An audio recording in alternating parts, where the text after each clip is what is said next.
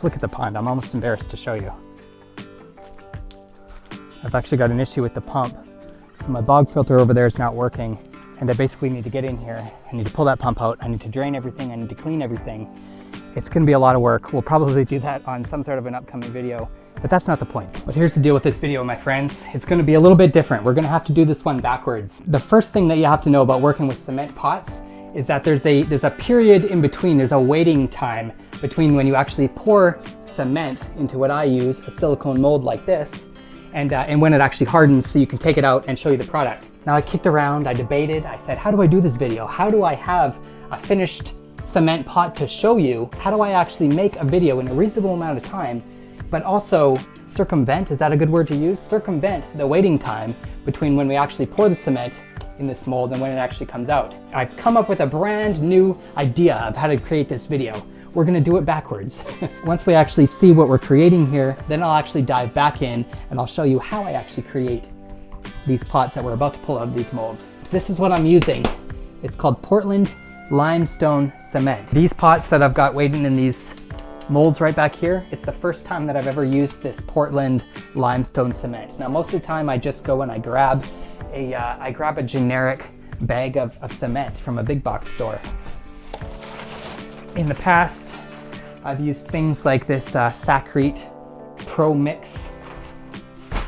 And basically the one thing that you want to look for, although I haven't even done too much experimentation on this, but the one thing that you want to look for when you're buying your cement to make your pots is it'll say somewhere on the bag what depth it's rated for. So a lot of cement that you'll buy at like a big box store, it's made to create sidewalks and things that are thicker. So it'll say that it's meant for use in situations over 2 inches. And when you want to look for, if you're not experimenting, if you just want to try and play it as safe as you can, is something that can, it'll usually say that it can go down to like a feather edge or can go down to 1/4 of an inch or something like that. First of all, when you're looking for cement, if you choose a Portland cement, that's always a good idea because it's gonna be nice and clean. I'll even pull a little bit out of here. It's always gonna be nice and you know, not full of debris and rocks and gravel and things like that. It's a nice, smooth kind of mix. Do the sniff? To be honest with you, I literally can't believe it. Take a sniff.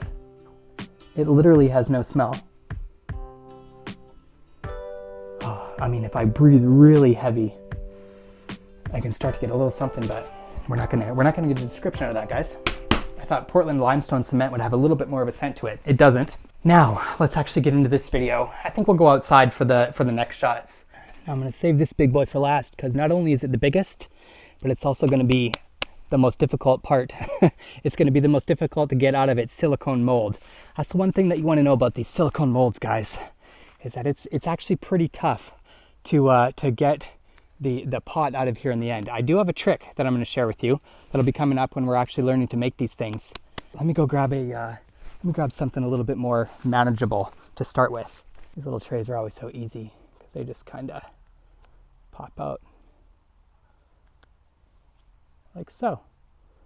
And there we go. We've got a perfect little tray. I've got a kokedama sitting on one of these trays back in the plant room from my previous video. Where do I get these guys? I get them on Etsy. I get them on Amazon. They're a little bit pricey sometimes, but you got to remember when you're buying a silicone mold like this, you're not just buying it for one pot. You can make 100, you can make 1,000 of these pots if you wanted to. Let me show you how we do this one. By the way, I'm pretty happy with the consistency of that last tray that we pulled out. I'm pretty happy with how this is looking. Let me back up a little bit so I can show you. You have to roll these down a little bit. This one's not going to be too hard to get out. A little drain hole in there. And we've got us a perfectly, I'm actually really kind of digging the natural look of this pot. Just pull them out. These molds are so easy, it makes it so fun. Toss them aside. We've got our little pot tray right here. Now in these ones, guys, I actually just used the straight cement. I didn't add any sand, I didn't add any gravel. But the best part about making your own pots, the best part about doing this concrete work, this cement work, making anything, is that you can do whatever you want. You can throw some sand in there. You can throw some gravel in there. You can, come up with your own experiments. You don't even have to use silicone molds like this. You can use bowls. Did I mention that this video is going to be about everything I've learned about making concrete pots, including how to take proper camera angles when you're demonstrating them in a video? All right, this one's the hardest, guys. I'm just going to get to it. I'm going to work it off. Hopefully it's not that hard. Hopefully that tip that I was talking about earlier paid off. And yeah. Okay, you want to be careful not to sort of bash the bottom of the pot too much.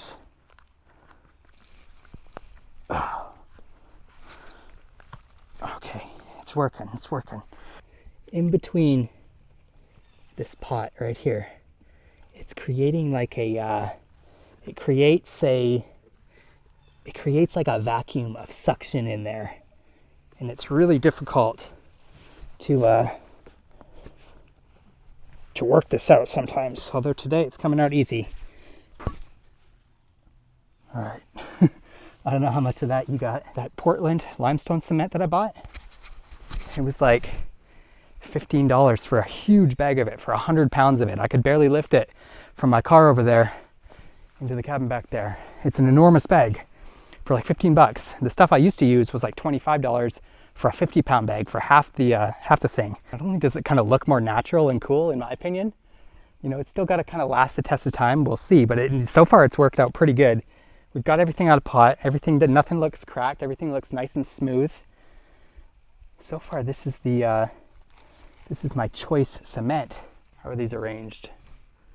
Should we arrange them better? So enough messing around. Take a look at our 2 finished pots. Got sitting on the stump right in front of the pond, looking amazing. I'm so super happy with these guys. They just look really good, and I'm just digging the natural look. I don't have another pot to compare it with to show you, but I'm kind of loving it. It almost has like a matte texture to it. The video should have ended there, but it actually has now just really begun, because we're going to take all of our empty molds here. We're going to get them over POV style, somewhere by the hose. Can't forget the big one. Basically just want to get in here and clean out all this gunk. To be honest with you, most of the time I don't even clean the molds in between. I'm really just doing it for the video, because it makes sense to clean your molds once in a while. But in the same way, I'm about to pour, wet, ooey gooey, sticky concrete back into these things almost, immediately after this shot. So, well, we've got a couple steps before then, but the point is we're about ready to get these things dirty again. It really doesn't matter that much. Are you ready for my tip? That's going to make your cement pot in silicone mold, or really I would assume in any sort of mold experience, that much better. I think I've already given it away. Did you see the can? Don't pay too much attention to the can. This is called Super Slick Stuff. Super Slick Stuff is what it's actually called. And this is it's a lubricant. So go down to the lubricant aisle in your hardware store, or whatever it is, get some WD-40. If you want to be cool like me, you'll get some Super Slick Stuff. Grease, cooking oil, butter. You want to use butter, anything that's slippery. You just want to kind of, this silicone right here, when it gets a little bit drier, it has a tendency to sort of grab on. Can you see all the tiny little pores in there? When that silicone's grabbing onto all those tiny little pores, it just makes your life so much harder to actually get it out. So what we got to do is we got to slick it all up. We got to make it all slippery. We got to super slick it. Slick her up, baby. This is the bit of a dirty part, because you want to get your hands in there even. Flip it around. Again, don't be ashamed with this stuff. This is the super slick that you were waiting on. And what this is going to do is it's going to get in all those little silicone pores, and it's going to say, heck no, you ain't grabbing onto that cement today. We're slicking you over. I'll see you back when I've super slicked all of these little pots up. I just want to get a nice little layer of grease all over every one of these silicone things. Kind of smells like It's like a mixture between like Febreze and an auto body or like a tire shop. It's got a faint scent of new tire in the background, with sort of the manufactured leaning toward floral or citrusy scents of like a cleaning product. Bigger molds like this pot right here will come with like a plastic sheet or something, or you could even make your own plastic sheet. And the point of this is to just keep the walls a little bit more rigid. I like trying to make it look like I have cameras everywhere when really I just have one. Slip that ring down on there. All it wants to do in life is to find a little crevasse to kind of wiggle its cementy ways into, and then it wants to sit there and it wants to breathe, be comfortable, just like the rest of us do. Now we get to do the fun part. Now we actually get to go out and mix our new batch of cement up. This is the part where you don't even really get that dirty, to be honest with you. I was gonna say you get to get a little bit dirty, but you only have to get dirty at this part if you're careless and you spray cement all over yourself. Another round of cement pots, barkeep, and we're doing that now. We've got our handy drill, which we use for everything. And then of course, we've got our cement mix, which is in the wrong bucket, but I just liked the bucket. It's convenient. Now the obvious first step to this process is to get the acorns out of your bucket, of course. Get in here. I'm using a 3/4 cup scoop. Has nothing to do with 3/4. I needed a scoop. I find that usually about 12 to 14 of these things works right. So 1, 2, are we going to count all of them? 3, 7, 8. The amount is obviously going to vary depending on how much concrete you need, but what I've found is that you need more concrete and less water than you think. You need a lot more mix than you think, and you need a lot less water than you think. Keep those two things in mind. We screw our paint mixer into our drill.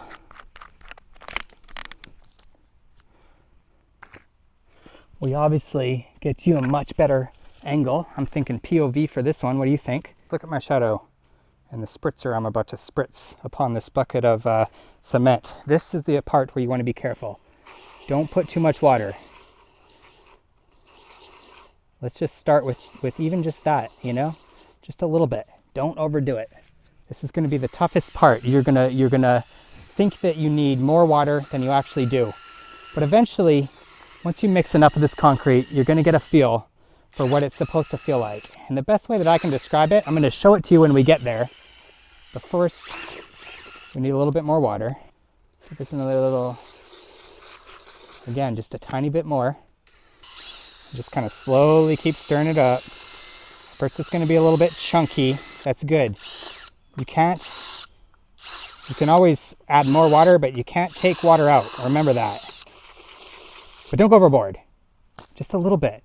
So we're starting to get sort of like an ice cream sort of vibe going. You see that? Obviously, generally, I'm a little bit better at making these calls. But give me a break, guys. I'm trying to make a video here. I'm trying to mix with one hand. I'm trying to find the perfect consistency of our concrete.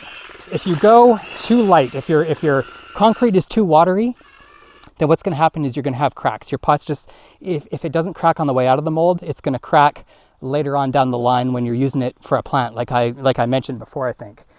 If you make it too thick, you won't be able to get it into your mold, and obviously, it won't work the way that you want to work it. This is still a little bit too thick, but we're getting there. We're getting there. I think one more squirt should do it. Don't overdo it. This is where you can sometimes kill the consistency. It's that squirt that'll hurt you sometimes. And again, this is one of those things where you're just going to sort of get a feel for. You're going to get better at making your mix. You're going to maybe customize your mix. Maybe throw something in at this point. Maybe just throw some gravel or some sand or just something cool in there. You throw a little extra spritz of water in that I'm about to do, and hopefully I didn't just ruin the consistency. I think we're getting it just perfect here, guys. And I'm not only thinking, at this point I'm pretty confident in saying I'm knowing. Because take a look.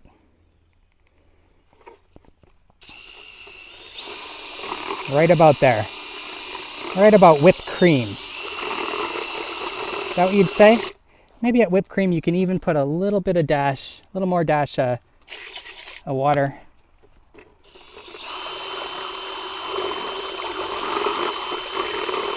One more good mix.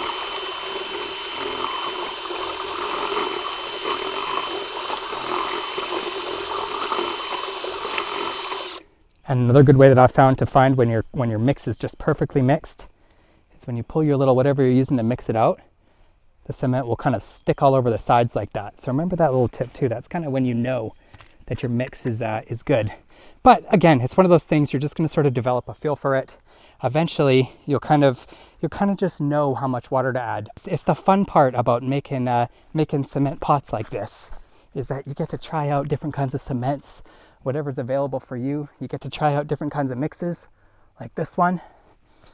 And yeah, right now we're gonna head back into the cabin and we're gonna get this stuff. We're almost done. I spent so much time on that part, guys, because this is believe it or not, this is the excitement of this video, is mixing up the cement. That's the big ta-da. That's the big trick of how it's actually done. It's pretty easy. Look at me. I'm not even bloody messy, am I? I do want to get an up close shot on the next pot just to kind of show you just how it pours into this thing. There's no real trick. You don't even have to be fancy and spin it around like I am doing. I'm just showing off, to be honest with you. Again, you're going to use more of your concrete or your cement than you think when you're filling these molds, but the idea is just to fill her on up right to the brim.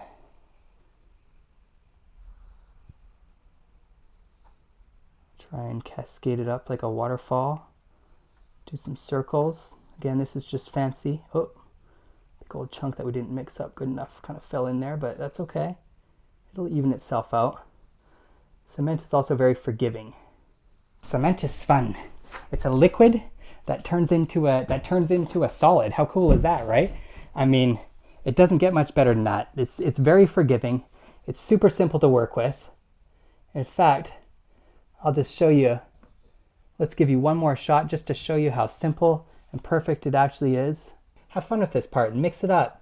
Throw some weird stuff. I haven't even got into throwing weird stuff into my cement mixes yet. I'm just kind of still playing with consistency and color and how I want to go about making these things. I think I'm about onto it. And kind of like plants, how there's always another plant you can get. Well, there's always something new you can do when you're making your own pots and trays and plants and whatever else you want to call it, right? We've got to wait for the cement to harden in here. I've found that by waiting just for 24 hours, it makes it a little bit easier to take the cement out of the actual mold and that sort of thing. I don't like to wait more than 24 hours, but nonetheless, we do have to wait.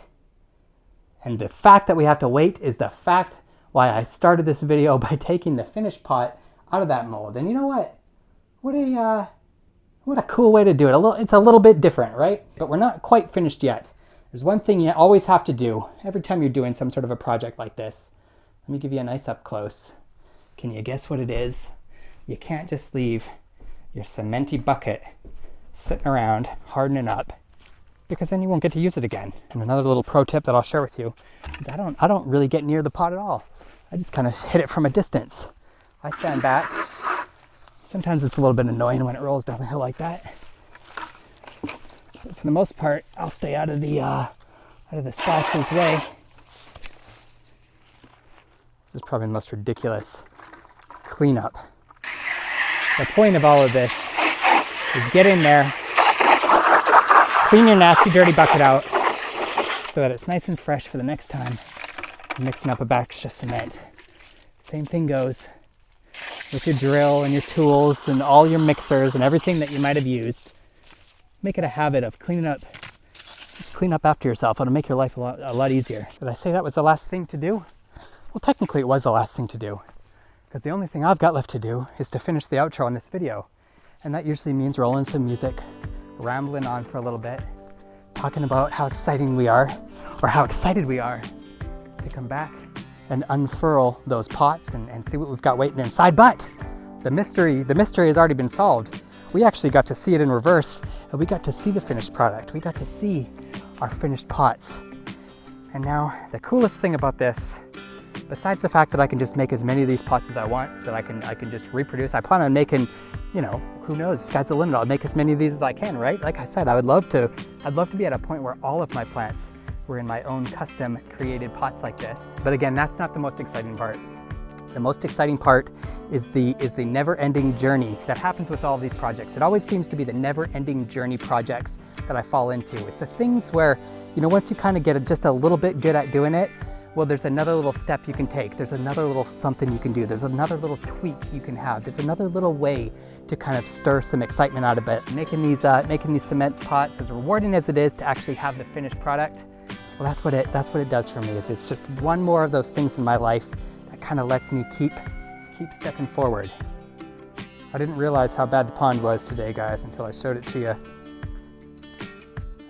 The water's murky and black. It just ain't looking good at all, is it? Oh, I've been diving down all sorts of other rabbit holes. I've been coming up with all sorts of new projects for us, new terrariums that we're gonna work on. I think I mentioned in my previous video a paludarium that I'm working on. All the ariums are things that tend to kind of, you know, pique my interest. And just when we get done with all the projects I've got waiting on the chopping block to come, at that point, I know at that point, I'm gonna have an entire list, maybe 2 lists long of projects that I wanna go, that my eyes will have been open to by diving down the other rabbit holes. That's the excitement that I hope to share with you. That's why I show you this stuff. That's why I love creating these videos. I hope you learned something about making some cement pots. I hope I sort of demystified it and made it seem just, you know, easy enough to take a little stab at it. Get yourself a mold, get out there and get you some cement mix. Come outside on a beautiful day like it is today. Have yourself a good time. Don't put too much water in that mix, but get that perfect consistency and just start working on your own custom creations. I think that's all I've got for you. Let's take one more little browse. Let's say goodbye to our cement pots to be, waiting all snug and comfy in their silicone molds. And one more thing that I've just got to say, when you're using a nice Portland cement mix like that,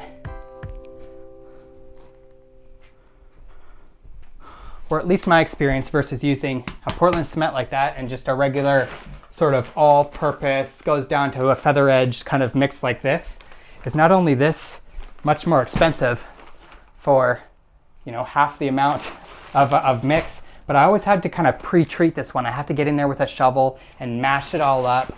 The consistency that comes out of these bags is just like, it's rocky and it's hard and it's not nice and smooth and buttery and delicately like this one is. I wish you could feel this, because that's, you know, it doesn't have a scent, but it does have like a silky kind of velvety feel to it.